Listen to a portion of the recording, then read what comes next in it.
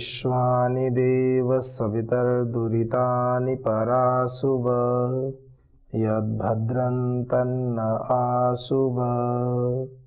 ओम शांति शांति शांति। ओम श्री परमात्मने नमः। ओम श्री गुरुभ्यो नमः। ओम सर्वेभ्यो नमः। ओम। वैदिक संस्कृति में आप सभी का स्वागत है। इस वैदिक संस्कृति के नाम से ये जो कार्य चल रहा है कार्यक्रम, इसमें हम वेद के मंत्रों का जो संकलन किया गया है यज्ञ परक अर्थों में, यज्ञ में यज्ञ परक अर्थ क्या होते हैं? जो अच्छे अर्थों में होते हैं। तो अग्निहोत्र में प्रयुक्त मंत्रों का स्वाध्याय हम कर रहे हैं और इसी स्वाध्याय क्रम में अग्निहोत्र पूर्ण होने के पश्चात जो राष्ट्रीय प्रार्थनाएं करते हैं, सुष्टकृत मंत्र से आहुति देते हैं, तो उन मंत्रों के अर्थों का स्वाध्याय कर रहे हैं। तो आज बहुत ही सुंदर मंत्र आ रहा है, सुष्टकृत मंत्र। सुइष्टकृत, जैसा कि नाम से हमें पता चलता है, सुइष्टकृत। जो व्याकरण के जानने वाले हैं और जिन्होंने संस्कृत भाषा में थोड़ा संधि का अभ्यास किया है तो उनको पता है, सु और इष्ट यण संधि हो जाती है। उ को वकार आदेश हो जाता है, अच के परे रहते, तो सु इष्ट, उ को व हो गया और ई की मात्रा वा पर आ गई। सुइष्टकृत, जो अच्छे प्रकार से किया गया हो, सुइष्टकृत मंत्र। तो कह रहे हैं, ओम यदस्य कर्मणो अत्यरीरिचम यद्वा न्यूनमिहाकरम। ये मंत्र ही क्यों पढ़ते हैं? पहली बात तो ये आती है कि सुष्टकृत मंत्र, यज्ञ में अग्निहोत्र पूरा हो गया, फिर उसके बाद क्यों कर रहे हैं? तो इसलिए करते हैं कि यज्ञ में कोई विधि जो होनी है उससे कुछ अधिक हो गई हो या कम हो गई हो, कुछ कभी कभी ज्यादा भी मामला गड़बड़ हो जाता है। जैसे कहीं प्लेन में जाना हो, जितनी सीट है उस सीट से ज्यादा सवारी आ जाए तो मना कर देते हैं, ओवरलोड हो जाता है, ऐसे बोलते हैं ना। मोटरसाइकिल पर ही दो बैठते हैं, दो से ज्यादा बैठ के जाओ तो चालान कट जाता है। तो इसलिए अधिक हो जाए तो भी समस्या है और कम रह जाए तो भी समस्या है। किसी व्यक्ति को सैलरी मिलती है 1 महीने में, उसको बोले इस बार कम ही ले लो आप, तो उचित नहीं है ना। तो इसलिए कहा, ओम यदस्य कर्मणो अत्यरीरिचम यद्वा न्यूनमिहाकरम अग्निष्ट सुष्टकृत विद्यात सर्वम सुष्टम, सर्वम सुष्टम सुहृतम करोतु में। ऐसे का अर्थ क्या है? पूरा मंत्र ले लेते हैं। अग्ने सुष्टकृते सुहृत हुते सर्व प्रायश्चित्तानाम हुतीनाम कामानाम समर्धयित्रे सर्वान्नः कामान समर्धय स्वाहा इदम अग्ने सुष्टकृते इदं नमः। सर्व प्रायश्चित्ता नाम हुती नाम या सर्व प्रायश्चित्ता हुती नाम समास विग्रह करके बोलिए। ओम यदस्य कर्मणो अत्यरीरिचम, यदस्य यत अस्य कर्मणा, हाँ जो ये हमारा कर्म है, अस्य कर्मणा है, ये कैसा है? यदस्य कर्मणा अत्यरीरिचम, अति अरीरिचम, अत्यधिक बढ़ा हुआ, वृद्धि को प्राप्त, जितना होना था उससे बहुत ज्यादा हमने कर दिया। यदि जो विधि बताई गई है, देखो शुभ कर्म में अधिक करने के लिए कोई पैरामीटर सेट नहीं है कि अधिक नहीं कर सकते, लेकिन जो विधि होती है, विधि होती है, जो नियम होते हैं वो जैसे हैं वैसे ही पालन करने होते हैं। तो विधि की पालना तो सुनिश्चित होनी चाहिए। आपने किसी व्यक्ति को देखा और उसके बहुत श्रद्धा से जाकर के चरण वंदन कर लिए, 2 मिनट बाद फिर उठे, फिर जाके चरण वंदन किए, फिर 2 मिनट बाद उठे, फिर जाके चरण वंदन किए, तो व्यक्ति कहेगा भाई हो गए, अब बैठ जाओ। हो गई ना विधि, एक बार कर लिया आपने, सम्मान कर लिया। तो ऐसे प्रसंग भी होते हैं। तो ये कह रहे हैं कि जो कर्म है करने का, तो हमें ज्ञान नहीं है किसी विधि का मान लीजिए, और हमने ज्यादा कर ली, तो ये भी एक दोष हो गया। और कोई विधि ऐसी थी, यदस्य कर्मणो अत्यरीरिचम यद्वा न्यूनम इह आकरम, न्यूनम इह आकरम, न्यूनम इह, इस विधि में आकरम किया है, क्या क्या है, न्यूनम, न्यून कर दिए, जितनी करनी चाहिए थी उतनी विधि नहीं की है, जो कार्य जितना करना चाहिए था उससे कम कर लिया, दोनों ही दोष होते हैं ना।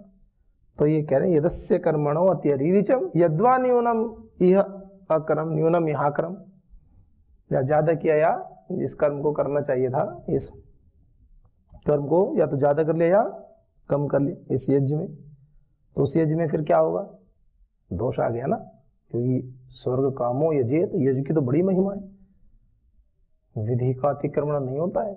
आप ध्यान दीजिए, ऋषि विश्वामित्र जब गए महाराजा दशरथ के पास में, महाराजा दशरथ जी के पास जाकर के उन्होंने क्या कहा,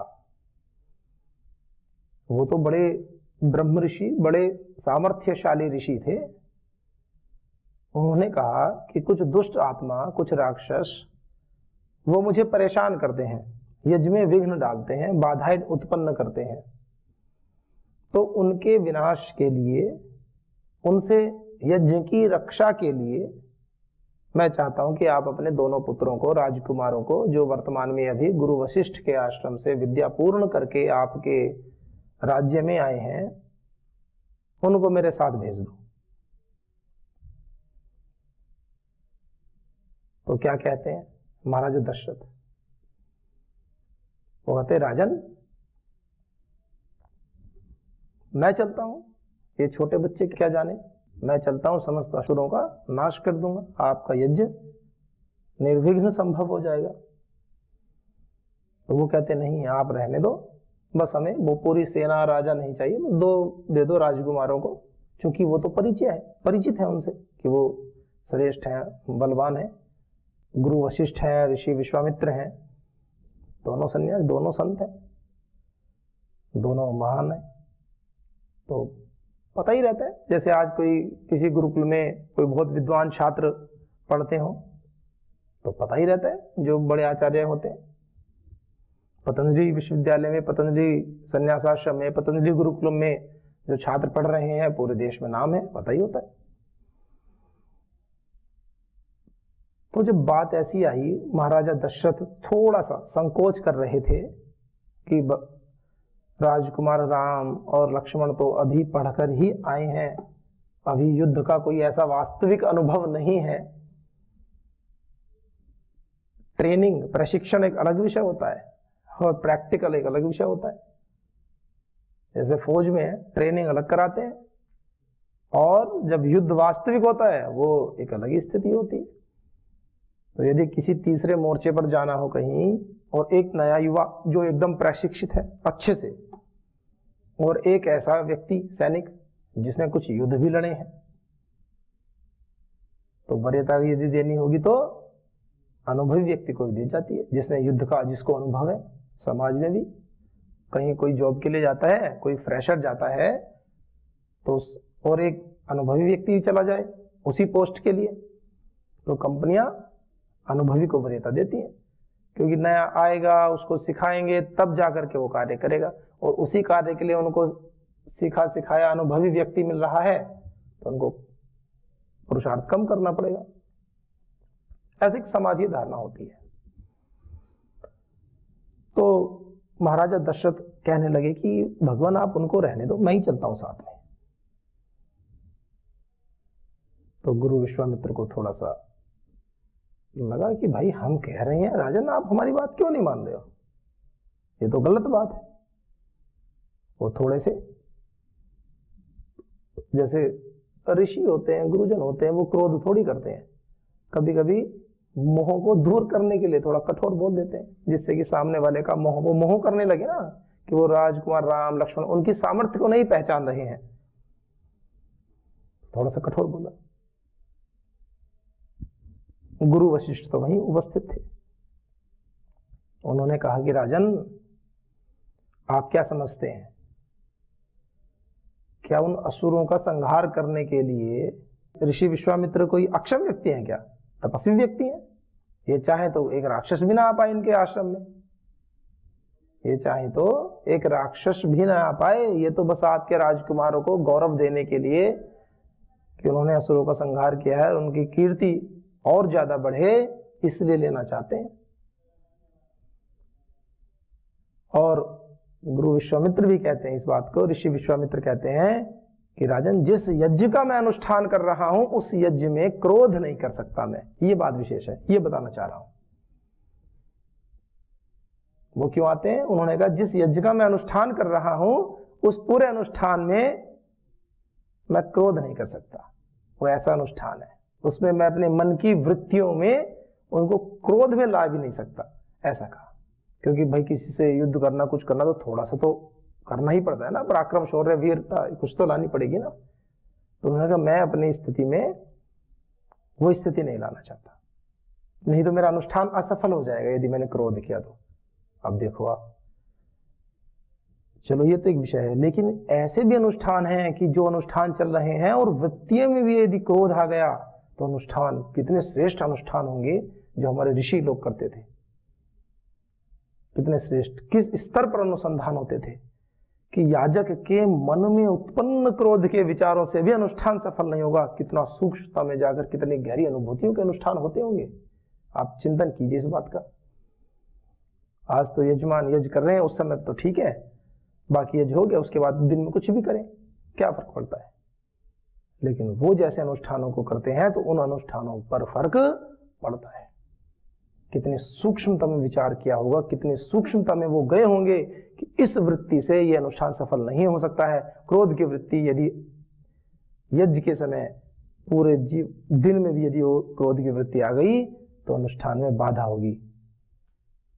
कितना सुंदर हमारा विज्ञान रहा है, ऋषि जो रिसर्च करने वाले हैं और अच्छे अच्छे अस्त्र शस्त्र देते हैं, भगवान श्री राम को अस्त्र देते हैं कि जो हमने यज्ञ से, अनुष्ठानों से बहुत अच्छे प्रकार से जो दिव्य अस्त्रों का संचय किया है, हे राम, उनको आप लोग उनको देते हैं।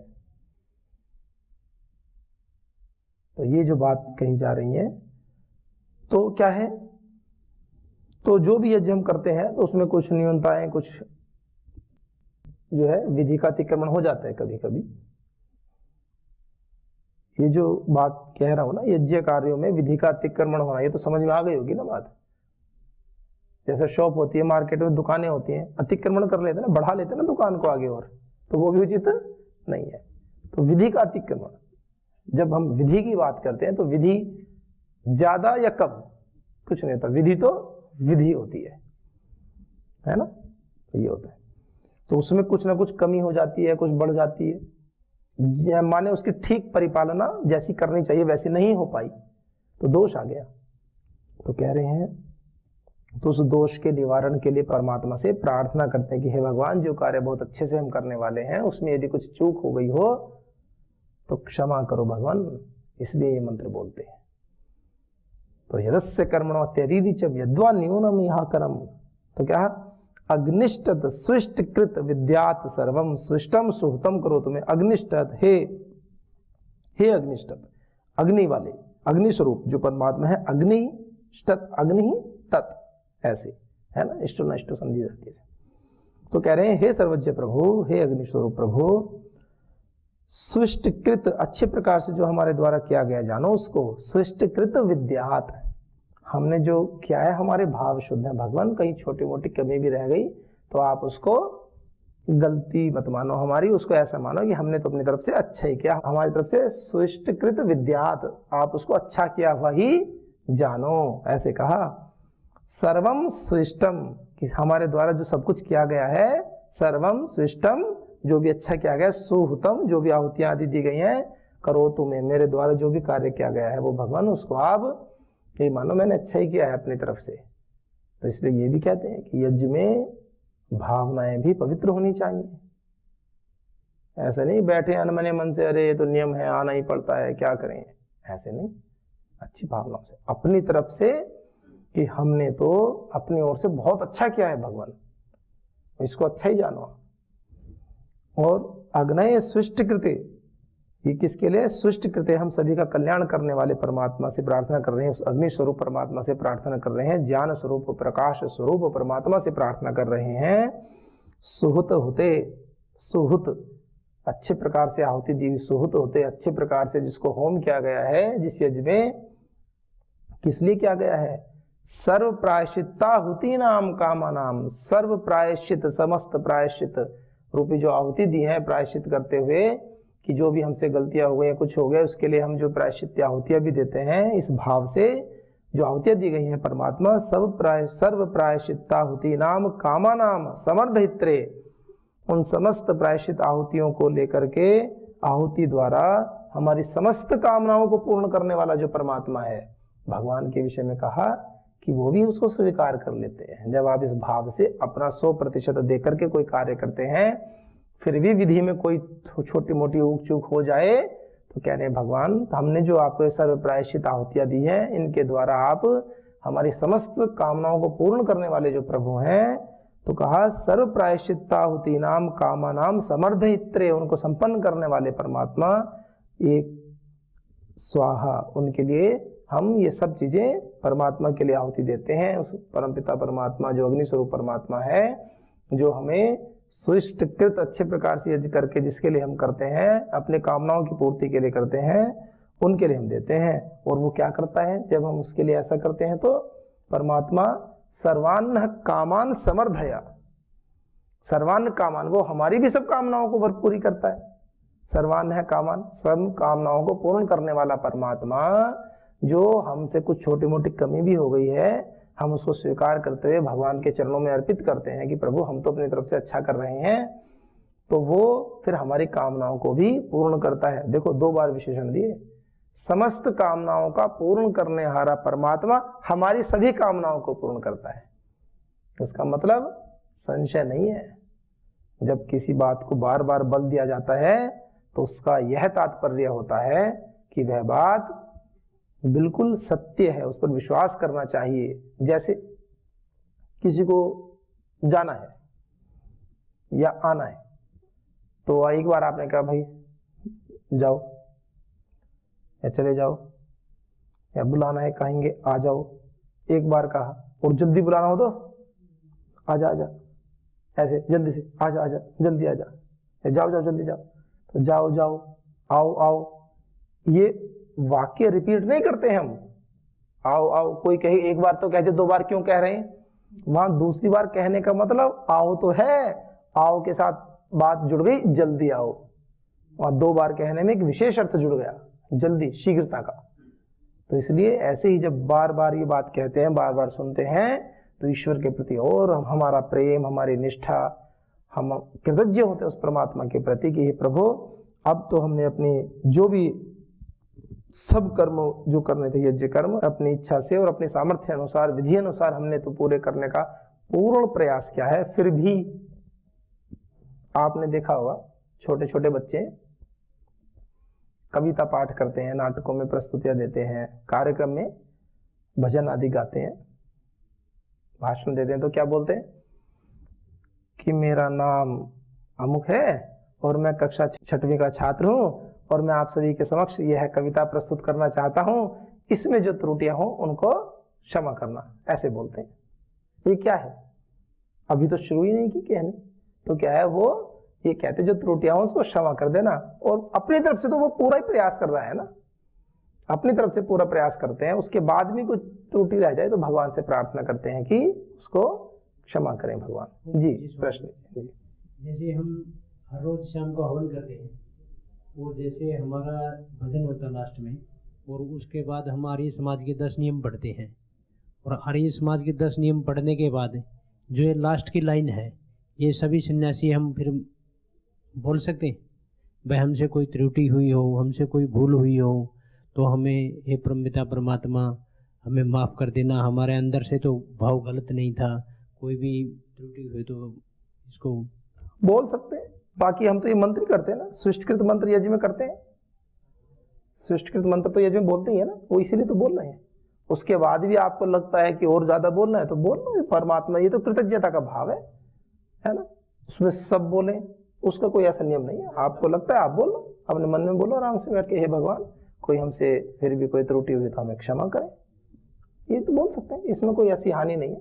और इसीलिए वेद में तो मंत्र का विधान है, मैं यही तो बता रहा हूं, मैं यही कह रहा हूं। ये बात केवल यज्ञ पर ही नहीं है, इम्प्लीमेंट जीवन में।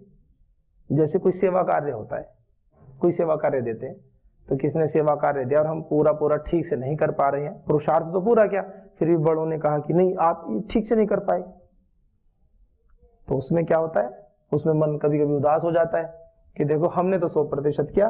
तो बड़ों का तात्पर्य आपके मन को उदास करना थोड़ी है, लेकिन यथार्थ बोध कराना भी तो उनका दायित्व है ना। यदि वो ये कहे नहीं आपको कभी भी कि आप ये ठीक नहीं हुआ, और आप सोचो मैंने तो ठीक किया और ठीक नहीं हुआ वास्तव में, और बड़े भी ना बताएं, वो यही कहते हैं हाँ बहुत ठीक बहुत ठीक बहुत ठीक, तो सुधार कैसे होगा। जो बड़े होते हैं उनके बड़े दायित्व होते हैं, वो आपको ये भी बताएंगे ये ठीक नहीं हुआ, आपका उत्साह भी बढ़ाएंगे। तो ये दोनों ही बातें होती हैं। ऐसा नहीं वो इसलिए कह रहे हैं कि आपका कोई मनोबल गिराना है, वो इसलिए कह रहे हैं ताकि आप चीजों को और अच्छे से सीख लो। बड़े नहीं सिखाएंगे तो कौन सिखाएगा, इसलिए। और ये तो कृतज्ञता का भाव है, ये तो अपने मन में बना के रखो। पर हमेशा भी ये भाव कि हमसे गलती हो ही रही है हो ही रही है हो ही रही है, ऐसे कर करके व्यक्ति निगेटिव भी हो जाता है। हाँ, इसलिए कहा कि सुइष्टकृत, मैंने अपनी तरफ से तो अच्छा किया है, कहा ना इसमें अग्निष्ठत, हे अग्नि स्वरूप परमात्मा, हे ज्ञान स्वरूप परमात्मा, सुइष्टकृत विद्यात सर्वम सुष्टम सुहृतम, कि मेरे द्वारा ये जो आपको आहुति दी जा रही है, जो अच्छा सब किया जा रहा है, वो मेरे द्वारा तो सुइष्टकृत विद्यात, मेरे द्वारा तो अच्छा किया हुआ ही जानो, मैं तो अपनी तरफ से उसको बहुत अच्छा कर रहा हूं। किसी को कहा घर में झाड़ू लगाओ, सफाई करो, अब झाड़ू लगाई, ठीक से नहीं लगाई, इतना तो सभी को पता होता है कि भाई झाड़ू लगाना तो ठीक से अच्छे से लगाओ, पोछा वोछा लगा के साफ स्वच्छ कर दो कमरा कक्ष। कोई जल्दी जल्दी झाड़ू लगा दे ऐसे ही बस, और फिर ये मंत्र कहे कि ये भगवान मेरे से कोई गलती हो गई तो माफ करो, तो ये वेद मंत्र तो उसका निषेध कर देगा। इसने कहा, वेद मंत्र कहता है सुइष्टकृत विद्यात सर्वम सुष्टम सुहृतम, मेरे द्वारा जो भी आहुति, जो भी सामग्री, जो भी कार्य किए जा रहे हैं, वो मेरे द्वारा तो सर्वश्रेष्ठ किए गए हैं, यानी मैंने तो अपने अनुसार बिल्कुल ठीक ठीक कर दिया है। अब बात ये आएगी आपका अनुसार कैसा माने। हम आपके अनुसार तो, अब कोई व्यक्ति के मैंने अपने अनुसार तो अच्छा किया है, अब हमें दिख रहा है सामने वाले को देखो कितना गंदा कर रखा है, और वो कहता नहीं जी मैंने तो अपने अनुसार अच्छा ही किया है, तो वहां उनको बताना भी पड़ेगा कि अभी आपके अनुसार, अभी ये मंत्र तो तब लगेगा जब पहले आप अपने अनुसार पूरा अच्छा करो, और आपका अनुसार यदि ठीक नहीं है कसौटी, पहले अपनी कसौटी को भी शुद्ध करो।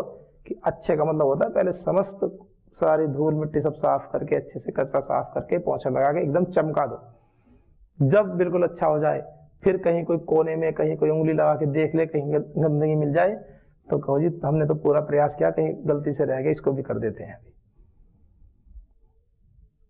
पूरे शास्त्र यही बताते हैं कि जब हम अपना पूर्ण पुरुषार्थ करते हैं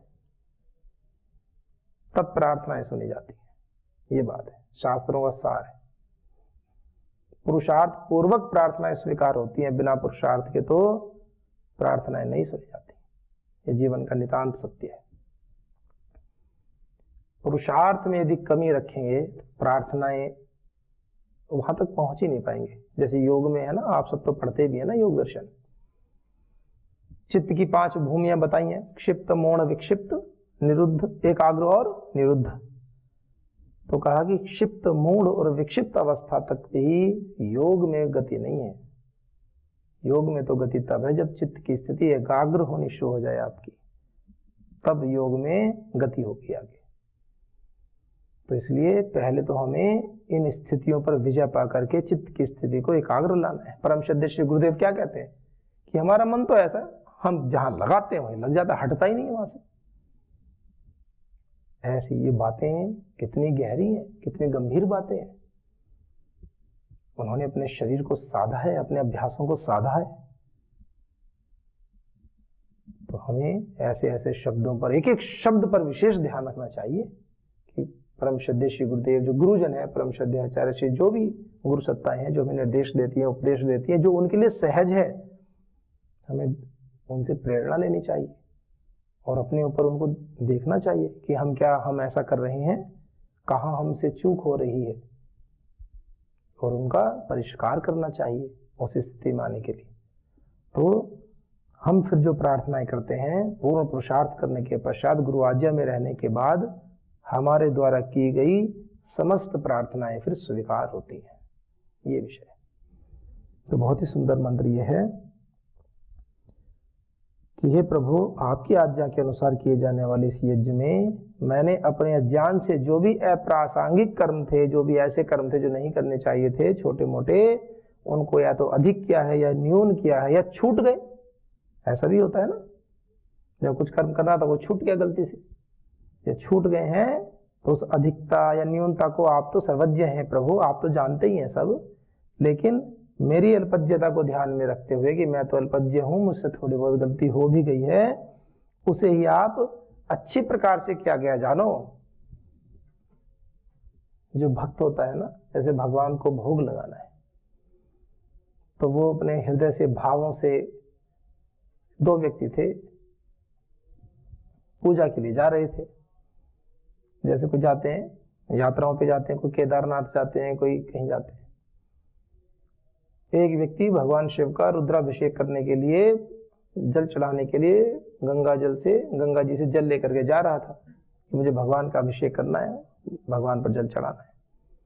मार्ग में एक प्यासा मिला, दो व्यक्ति जा रहे थे, एक को प्यासा मिला, उसने कहा भाई पानी पिला दो।